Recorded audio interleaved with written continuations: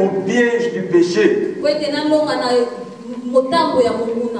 Que dois-je faire pour m'échapper dans le piège du péché? Il y a beaucoup d'enfants de Dieu, ils n'arrivent pas à s'échapper dans tous les pièges que le diable met sur nos chemins.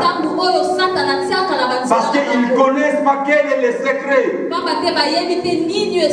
Et ce matin, nous allons apprendre 5 secrets. Le premier secret, un enfant de Dieu pour s'échapper dans le piège du péché. Le premier secret, c'est d'être prudent. Amen. Amen. Un enfant de Dieu, c'est celui qui est prudent tout le temps. Parce que quand l'imprudence vient dans notre vie, notre vie aussi va dans la ruine. Et rapidement, nous allons l'ouvrir dans le livre de 1 Corinthiens. Chapitre 10, verset 12. Que dois-je faire pour m'échapper du piège du péché? 1 Corinthiens 10, verset 12. 1 Corinthiens chapitre 10, au verset 12, je lis au nom de Jésus. Ainsi donc, que celui qui croit être debout prenne garde de tomber, parole du Seigneur. Amen. Prenons nos places. Ainsi donc, que celui qui croit être debout prenne garde de ne tomber.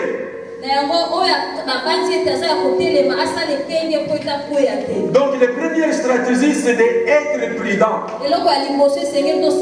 De prendre garde de ne plus tomber. Donc, un enfant de Dieu qui croit être chrétien, c'est celui qui doit prendre garde de ne pas tomber dans le piège du péché.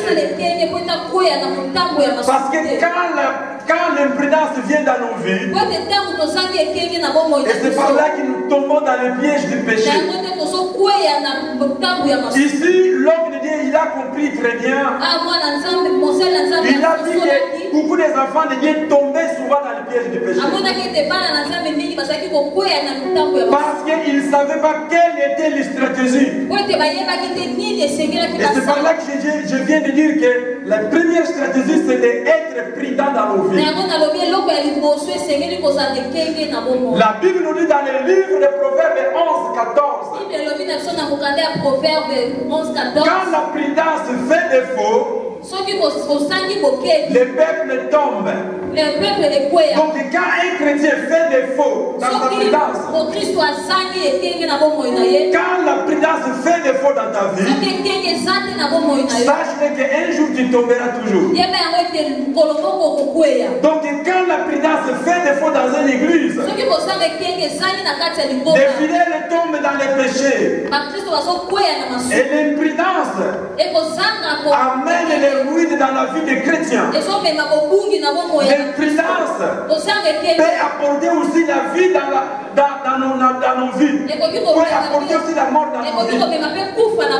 L'imprudence peut nous amener à commettre les péchés sans le savoir. Beaucoup des enfants de Dieu ont adoré les statues par l'imprudence. Et par l'imprudence aussi, beaucoup des églises sont divisées. Et l'imprudence amène les conséquences dans nos vies. La Bible nous dit que l'imprudence du jeune prophète, par son imprudence, il a connu la mort. L'imprudence de Judas devant Jésus, il a arrivé à trahir son maître. Aussi longtemps que Jésus-Christ disait que parmi vous il y a un qui va me trahir. Par ses paroles, Judas aussi pouvait être prudent. Donc un enfant de Dieu, c'est celui qui prend garde dans sa vie. Pour ne te pas tomber, tu dois prendre garde dans ta marche, dans ta façon de parler, dans ta façon de manger et dans ta façon d'agir. Amen. Quand la prudence fait défaut, les peuples tombent. Qu'est-ce que ça veut dire? Quand Jésus-Christ fait des fautes dans ta vie, Amen. Amen. Vous êtes un peu distrait. Amen. Donc, quand Jésus-Christ fait des fautes dans ta vie, sache que tu vas tomber dans les péchés. Et quand Jésus-Christ fait des fautes dans une église, les fidèles tombent dans les péchés. Amen. Donc, quand la prudence fait des fautes, selon les Écritures dans les livres de Proverbes 11-14. Donc, quand la prudence fait des fautes dans une église, et dans cette église, c'est là où règne l'impudicité. C'est par là où règne l'esprit du péché. Donc, c'est pour dire qu'une église, là où il y a la présence de Jésus-Christ, c'est là aussi où se manifeste la gloire de Dieu. Mais quand tu vas dans une église, il n'y a plus la gloire de Dieu. Ça veut dire qu'il y a un défaut. Jésus-Christ n'est plus là. Quand la prudence fait défaut, les peuples tombent. Quand Jésus-Christ n'est plus dans ta vie, tu vas commettre les péchés sans se rendre compte. Tout ce que tu feras, toi tu vas te rendre compte que ce n'est bien, mais ce n'est pas bien. Parce que tu es pris dans la prudence. C'est par là qu'apôtre Paul dit, c'est celui qui croit être debout, il doit prendre garde. L'église qui se croit être debout est une église qui doit prendre garde. Amen. Sachez que l'imprudence a détruit la vie de beaucoup de gens. Alléluia. Vous savez, un enfant ne dit qu'imprudent. C'est celui qui tombe souvent dans le piège du diable. Et la Bible dit que le diable, elle est comme un lion qui rôde tout autour de nous. Et en tant que le diable, il est comme un lion. Pour m'échapper devant ce diable, je dois d'abord être prudent dans ma vie. Savoir où je dois mettre mes pieds. Qu'est-ce que je dois parler? Parce que le diable, il est trop rusé. Alors, un enfant dit c'est celui qui est prudent à tout temps. Quand la prudence fait défaut, tu feras des choses qui ne seront pas pour la gloire de notre Seigneur. Amen. Nous allons lire dans le livre de Matthieu, chapitre 10, verset 16.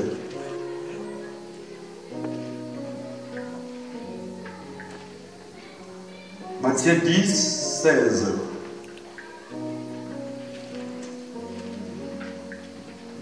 Je lis dans le livre de Matthieu, chapitre 10, au verset 16, je lis au nom de Jésus.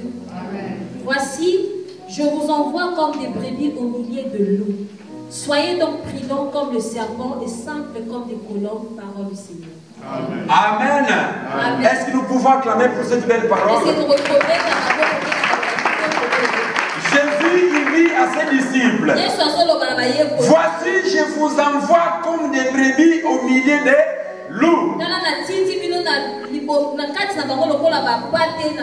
Mais il dit, donc, soyez donc prudents, comme les serpents et simples comme les colombes. Donc, une église, il est au milieu des loups. Et la Bible nous dit clairement que le monde est minéré par le diable. Et ce diable, le Seigneur le symbolise comme le loup qui est rugissant. Et en tant que nous sommes dans un monde minéré par le diable et Satan, nous devons vraiment être prudents. Et quand la prudence fait défaut dans ta vie, et c'est par là que tu vas tomber dans ce piège. Parce que la volonté de notre Seigneur Jésus-Christ, c'est de continuer à faire le bien. Mais c'est le diable qui nous pousse à faire le mal aux autres. C'est pour dire que notre imprudence nous pousse aussi à faire le mal aux autres. Notre imprudence nous pousse à faire le mal à celles qui nous aiment. Amen. Il y a une fois, j'ai regardé un documentaire. Les tigres étaient en train de suivre les singes. Et comme singe était prudent, il a vu un arbre. Il a grimpé dans l'arbre pour se sauver. Pourquoi le singe a grimpé dans l'arbre? C'était pour se sauver, pour s'échapper des dangers. C'est pour nous dire que quand un enfant de Dieu voit un danger, il doit aussi monter. Il doit monter pour s'échapper. Mais comment devons-nous monter? Nous devons monter par le moyen de la prière. Parce que c'est par le moyen de la prière que nous sommes sauvés. C'est au moyen de la prière que le Seigneur nous vient en aide. Donc les singes montent. Et j'ai regardé, les tigres aussi, il a essayé de monter. Vous voyez, parce qu'une arbre, il y a des étapes. Et le singe, il était à droite. Et le tigre était un peu en bas. À chaque fois qu'il s'approchait, et le singe sautait l'autre étape. Ça veut dire qu'un enfant de Dieu, quand tu vois il y a un piège à droite, tu dois sauter à gauche. Tout simplement pour t'échapper. Amen.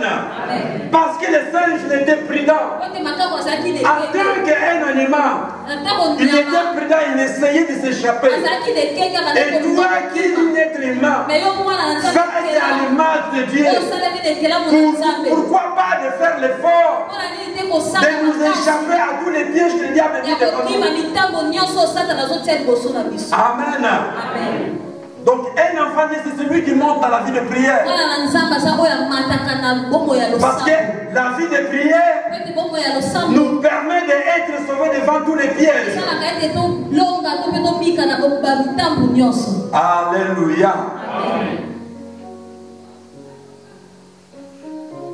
La Bible nous dit, soyez donc prudents comme les serpents et simple comme les colombes. Donc un enfant de Dieu, c'est celui qui est simple comme les colombes. Les colombes symbolisent la présence du Saint-Esprit dans nos vies. Et l'apôtre Paul dit dans le livre de Galates 5:16, marchez selon l'esprit et vous n'accomplirez pas les désirs de la chair. Un enfant de Dieu qui est prudent, c'est celui qui marche selon l'esprit. Vous savez, quand vous êtes rempli, quand on est rempli de l'esprit, nous n'accomplirons pas les désirs de la chair. Mais pourquoi aujourd'hui l'église est remplie dans les désirs de la chair? Parce qu'il y a plusieurs églises qui ne marchent plus dans l'esprit. L'esprit de la chair est rempli. Là où il n'y a pas la présence du Saint-Esprit. Et c'est là où l'esprit du péché règne. Et c'est par là qu'apôtre Paul dit que l'église doit prendre garde. Si nous vivons par l'esprit, si nous vivons selon l'esprit, nous devons aussi marcher selon l'esprit. Amen. Est-ce que tu marches selon l'esprit? Parce que celui qui marche selon l'esprit, il n'arrive même pas à accomplir les désirs dans la chair. Un enfant de Dieu qui est prudent, c'est celui qui est rempli d'Esprit Saint. Et c'est celui qui craint de commettre les péchés. Mais quand tu vois quelqu'un, il se donne dans les péchés. Pour lui, les péchés, c'est comme un don.